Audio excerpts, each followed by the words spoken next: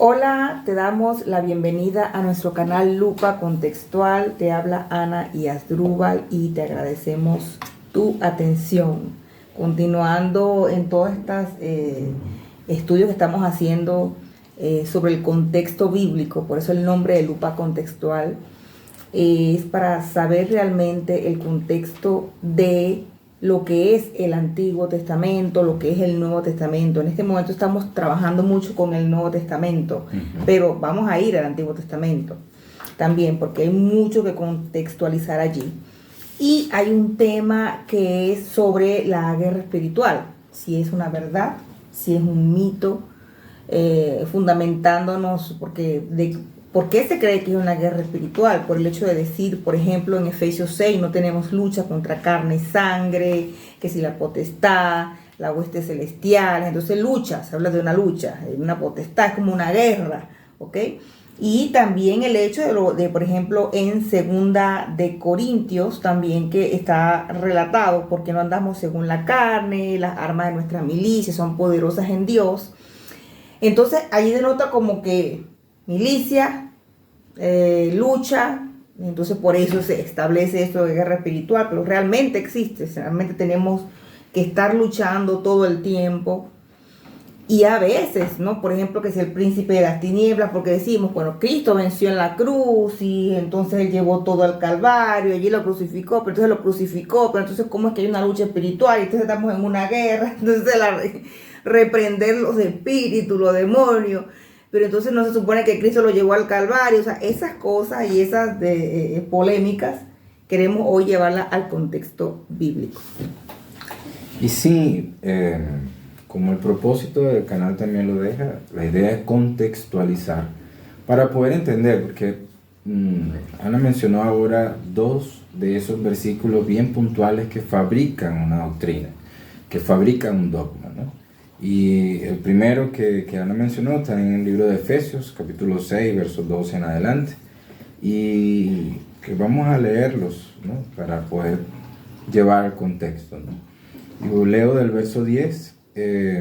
Tengo una versión aquí, porque muchas veces dicen, no, mira, tu Biblia, porque es la Biblia de tal religión, ¿no? Entonces tenemos una versión aquí.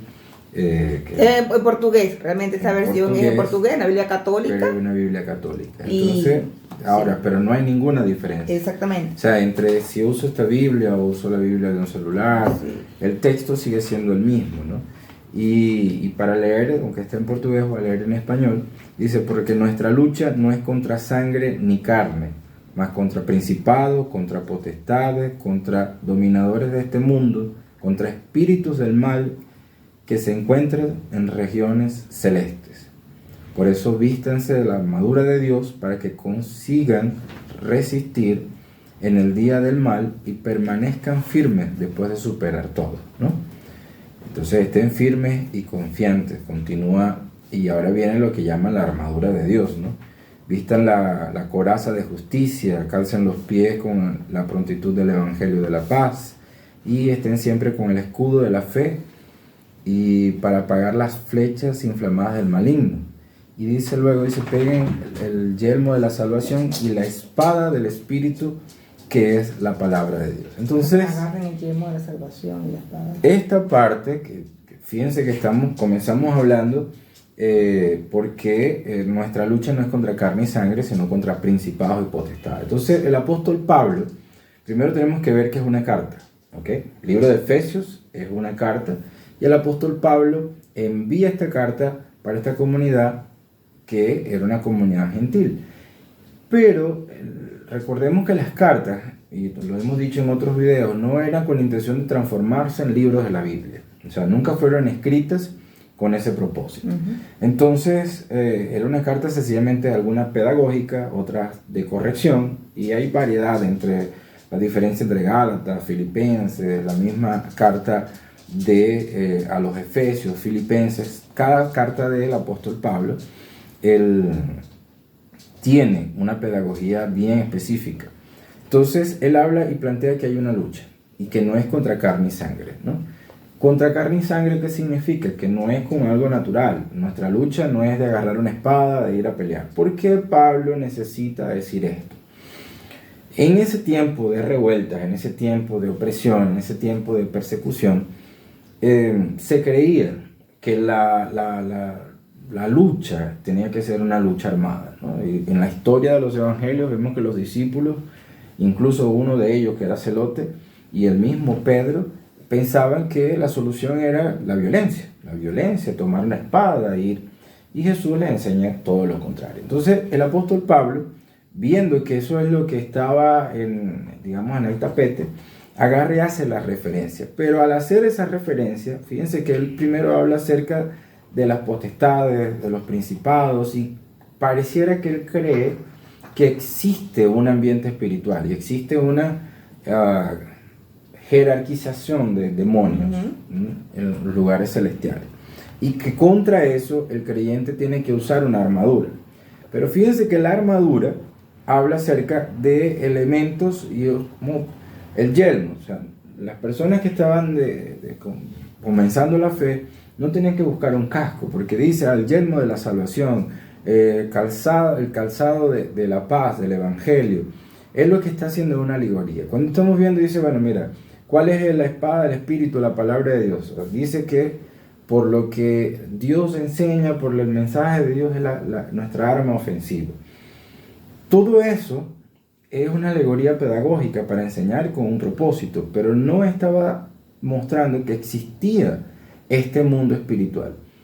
¿Qué sucedió después? Se construyó toda una mitología y una caracterización, se crearon los cielos, primer cielo, segundo cielo, tercer cielo, se crearon muchas visiones, ¿okay?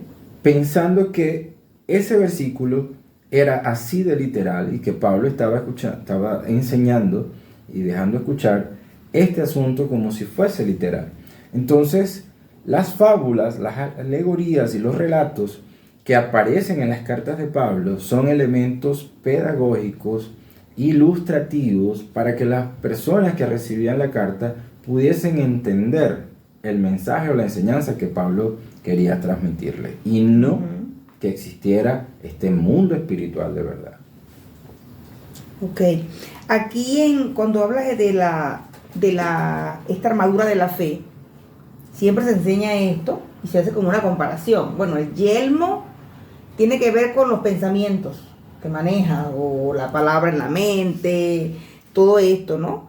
El yelmo habla como de una descripción de una vestidura de soldado. Y entonces, en la religión, pues siempre se enseña, bueno, no en todas las corrientes, pero se tiende a enseñar que si esto es la justicia, el yelmo es esto, o sea, como me dices que eso se creó luego, inclusive primer cielo, segundo cielo, tercer cielo, esto de la guerra espiritual. Partiendo de acá, que dices que esto fue una alegoría, una pedagogía, una referencia para la época, porque estaban rodeados de romanos, ¿okay? Y se está usando pues lo que se estaba viviendo para enseñar. Entonces, ¿cuándo se crea esto de que esa guerra espiritual, de que si el primer cielo, todas estas cosas que no estaban realmente escritas en la carta, sino que se sacan de allí y se hace como un patrón de enseñanzas luego? Esto es bien reciente, ¿sabes? No tiene mucho tiempo, ¿okay? El asunto de la guerra espiritual nace después de este avivamiento pentecostal que comenzó en Estados Unidos y se expandió por toda América y luego en todo el mundo, ¿no? Pero comienza a formarse esta teología, este dogma, ¿no? Donde la lucha contra el mal, pero la lucha contra el mal no es algo nuevo. ¿Okay? La lucha entre el bien y el mal. Siempre se ha querido poner, incluso hasta es necesario, que exista este combate, ¿no? Entre lo bueno y lo malo. Mucha gente dice que eso va a existir siempre, y porque siempre ha existido, porque es algo que está dentro de nosotros.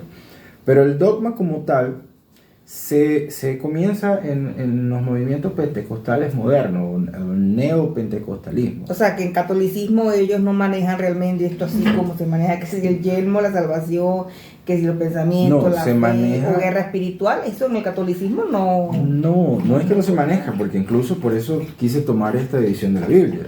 O sea, existe el texto, pero la interpretación no lo interpretan como. Exacto. La interpretación no hay este hecho de que existe una guerra espiritual y que las personas, pero la enseñanza extraída de aquí, en esta parte sí es correcto, porque estoy hablando de pensamiento. El yelmo de la salvación. ¿Por qué el apóstol Pablo a qué se refería? Él está dibujando un soldado y está comparando al creyente común. ¿Cómo? Y esa es una palabra muy importante cuando textualizamos.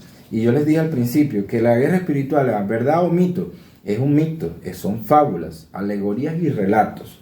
Entonces, cuando yo digo, bueno, ¿cómo?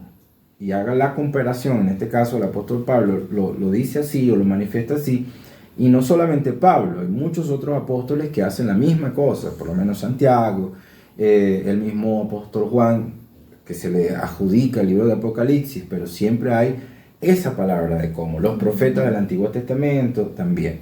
Entonces, se crea toda esta, palabra no es energía o tierra mística, pero se crea esta mitología, porque en la mitología neopentecostal existe, como dice aquí, los principados, las potestades, los gobernadores en las regiones celestes y los espíritus del mal. Entonces existe como un mundo espiritual donde hay una confrontación, y esa confrontación, da como pie a una serie de cosas. Por ejemplo, el ayuno, la oración, habíamos hablado también en otro video que lo van a encontrar en nuestro canal, la intercesión, ¿no? Y la guerra espiritual o la oración intercesora. Entonces viene la diversificación, también inventada, de la atar.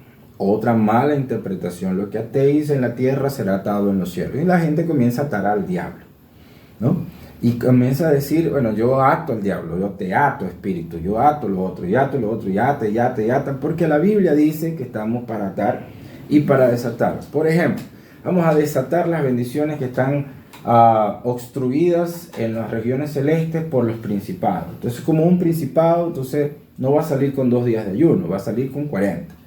Y esa serie de cosas que incluso el mismo apóstol Pablo en la carta a los Filipenses, él decía, no se dejen engañar por estas cosas, igual a los colosenses, no se dejen engañar por huecas sutilezas. Entonces, este mundo espiritual que está siendo atacado por el mundo espiritual bueno, con oraciones, intercesores, como ayuno, porque existe una guerra, no tiene sentido. No tiene sentido porque, también lo dijimos en el otro video, para que exista una guerra, primero hay que tener un enemigo a vencer. Y si se supone que el enemigo a vencer es el diablo y sus huestes de maldad, entonces estamos anulando el sacrificio de Jesús. Entonces Jesús no lo venció en la cruz, Jesús no consumó la salvación, entonces Jesús no hizo nada y no tiene poder. Entonces el que venció a la muerte, que resucitó y venció a la muerte, entonces no lo venció, lo dejó medio vencido, para que nosotros entonces día tras día tratemos de atarlo y desatarlo. Otra interpretación o un texto mal aplicado, dice una enseñanza del propio Jesús: ninguno que quiere dominar al hombre fuerte no entra a su casa y le ata primero. Entonces se juntan esas dos porciones que no tienen que ver con toda la enseñanza, y dice, bueno, atamos al hombre fuerte. Esa es otra característica o otra de esas variaciones en la guerra espiritual, el hombre fuerte. Vamos a atar al hombre fuerte. Pero quiero leer el segundo texto que tú mencionabas, ¿no? Que es 2 de Corintios. Les pedimos preguntas o interacción que ustedes tengan con nosotros. Pueden escribirnos, pueden dejar comentarios aquí en la caja de comentarios, y nosotros con gusto responderemos. Y si es de hacer un video para explicarlo, también podemos hacerlo. Entonces, esa segunda parte en la segunda carta de los Corintios, hay una mención parecida también a esto, parecida con lo que leímos en Efesios. Dice, porque aunque andamos conforme la carne, no militamos según la carne, porque las armas de nuestra milicia no son carnales, sino poderosas en Dios, para destrucción de fortalezas, destruyendo argumentos y toda altivez que se levanta en contra del conocimiento de Dios, llevando cautivo todo pensamiento a la obediencia a Cristo. Leí hasta el verso 6. ¿Okay? Como les dijimos, la versión está en portugués, estoy tratando siempre de mantener la traducción en español. Entonces, él está hablando acerca de armas, ¿okay?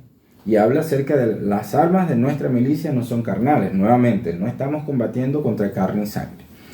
Y luego dice, para derribar los argumentos. Fíjense que en esta habla acerca de destruir fortalezas y argumentos y toda altivez. Entonces ya no habla de espíritus, ya no habla de demonios, ya no está hablando de principados ni de potestades. Está hablando acerca de pensamientos, de conducta. ¿Okay? Y cuando habla de altivez, de aquí dice de arrogancia, que se levanta en contra del conocimiento a Cristo. Entonces, nuevamente, el apóstol Pablo hace una alegoría de una batalla, de una lucha, de ganar y llevar cautivo, ¿no? Es como era el efecto de que hacían el ejército invasor, que entraba a un lugar, y los romanos practicaban mucho eso, vencían la tierra y luego se llevaban cautivos para aprovechar esclavos, una serie de cosas. Entonces Pablo hace esta misma traspolación de la imagen de una lucha que está siendo ganada y que lleva cautivo, pero en este caso habla de fortalezas en el pensamiento y de argumentos y de toda altivez, que son actitudes. Entonces, ¿de dónde salió todo esto? ¿No? ¿De dónde salió? ¿De quién se inventó la guerra espiritual? Antes de que entres allí, entonces quiero que me deje un poco claro en Efesios 6, entonces a qué se estaba refiriendo Pablo cuando se refería a principados y a potestades, porque eso parece que son unos demonios, unos espíritus, o por lo menos así se enseña.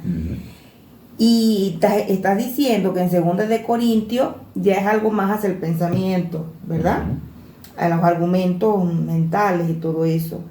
Entonces, ¿a qué se refería Pablo en Efesios 6 con las potestades y los principados? Por ejemplo, decíamos que Israel en ese momento estaba siendo dominado, estaba siendo ocupado, ¿okay?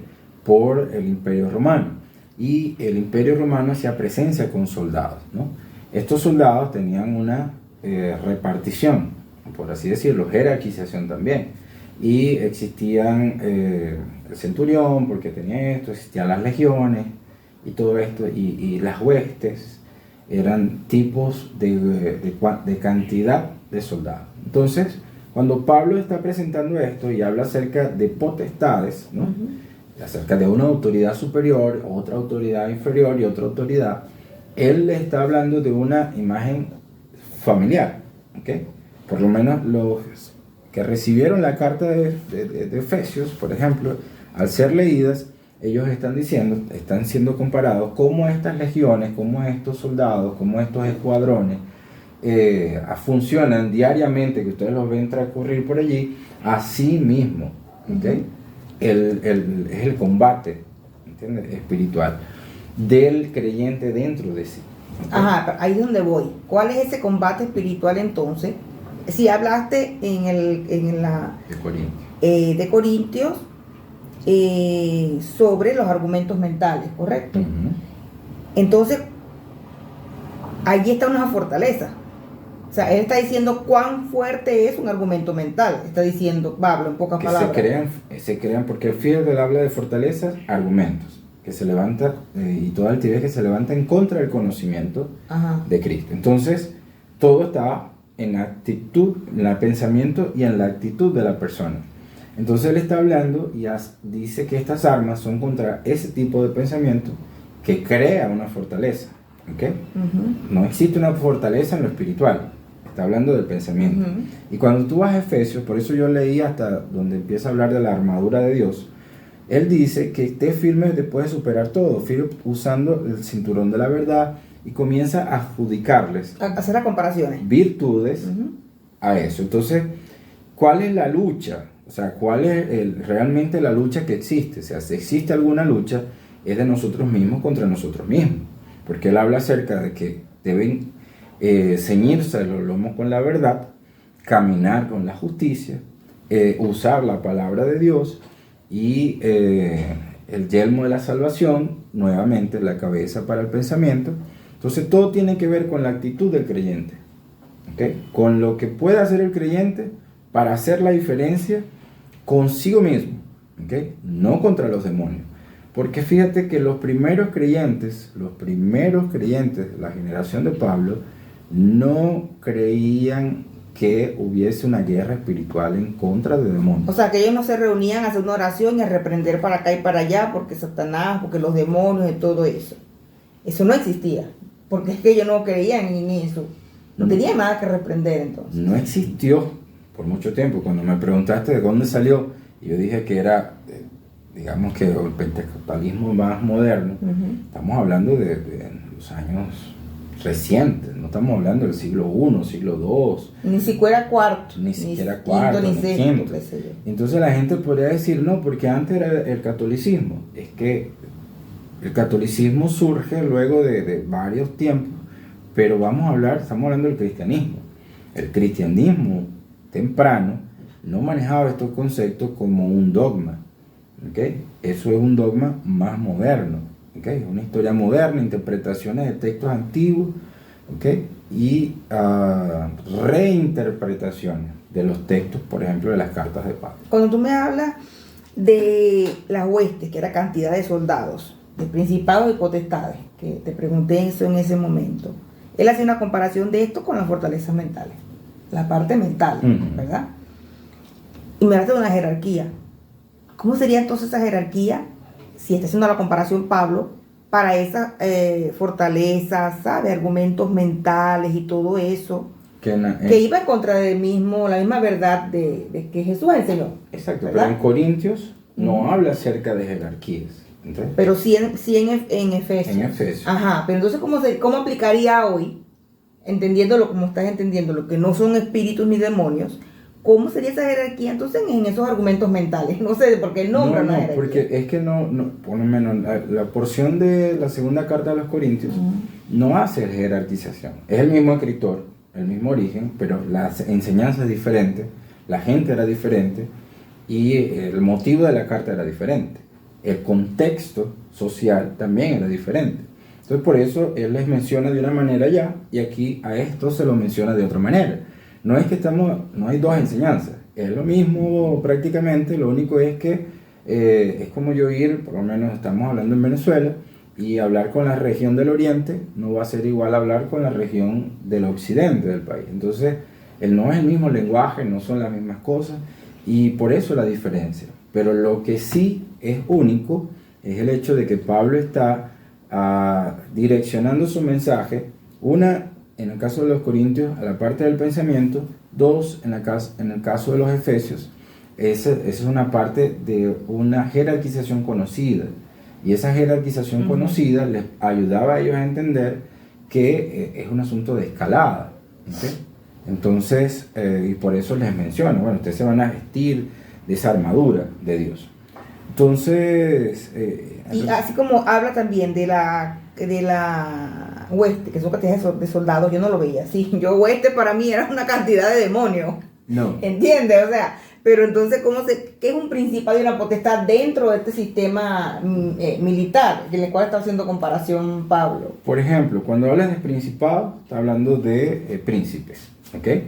Entonces, un príncipe, en el caso de la distribución de la jerarquización de la parte de los romanos, existían los cónsules, los procónsules.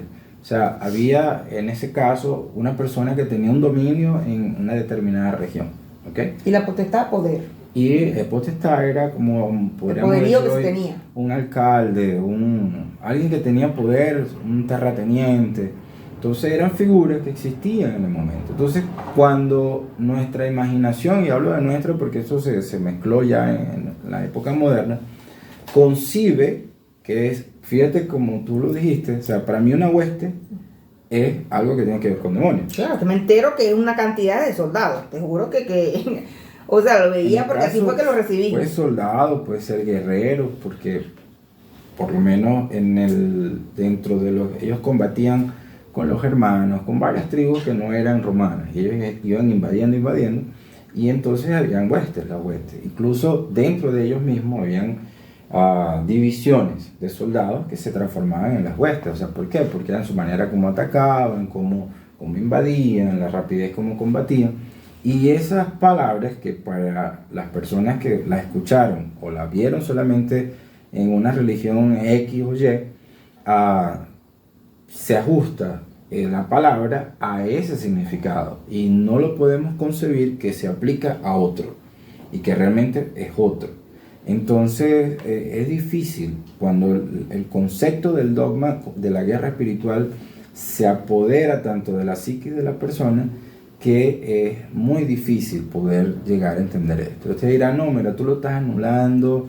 Sí existe la guerra espiritual porque yo he tenido experiencia, yo he escuchado a los demonios reteñir, gritar de angustia cuando los reprendemos, yo sé que fueron demonios, todo ese tipo de cosas. Yo no estoy ni criticando ni desvalorizando las experiencias de las personas. Lo que sí es que eso no aparece en la escritura. Y no solamente no aparece en la escritura, no aparece dentro de ninguna de los registros del cristianismo temprano. Y por tanto, ellos, ¿por qué? Dice, ellos tenían una lucha. Era una lucha de hacer lo correcto. Era una lucha de hacerlo moralmente correcto. Era una lucha contra la inmoralidad que existía en su momento, pero también de la corrupción que existía, y con tantas cosas que iban en contra del mensaje que ellos estaban transmitiendo. Entonces la lucha era de ellos mismos contra ellos mismos. No es como hoy, ¿okay? Que vamos a un lugar a luchar con los demonios y a reprender a los demonios. Y eso es una mitología, no es verdad. Sí, y se pierde la esencia también de lo que es la verdadera lucha entonces, porque yo estoy luchando con un demonio que no es lo que existe y no es lo que está aplicando esa carta paulina, y contra unas huestes que son un poco de demonios, o contra potestades y principados y las tinieblas y todo aquello. Entonces, inclusive nombra tinieblas, o no la está nombrando en esas dos partes, no. Pero no sé por qué eso se junta con tinieblas cuando se enseña, ¿no? Hay que armar todo el universo, ¿entiendes? Claro. Como lo dije, tenemos que armar la mitología completa de la variedad de demonios.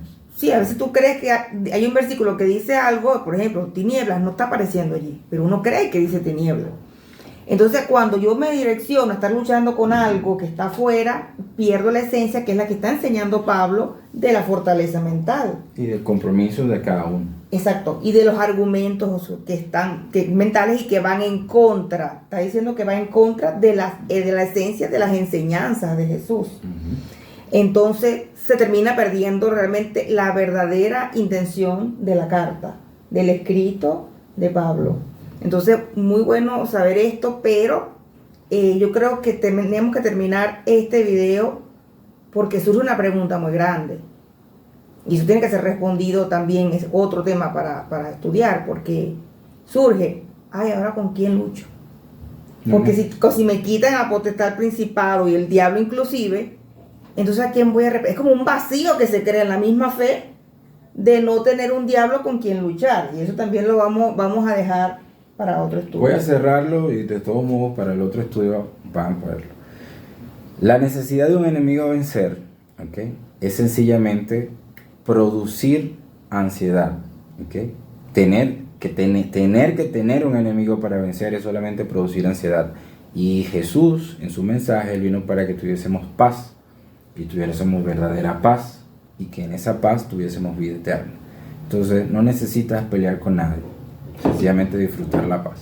Entonces, muchas gracias por tu atención y esperamos sigas disfrutando de todos nuestros temas. Comparte, dale like, activa las notificaciones para que te avise de todos nuestros estudios, y escríbenos, que aquí estamos disponibles para continuar con estos interesantes estudios. Chao, chao. Chao, chao.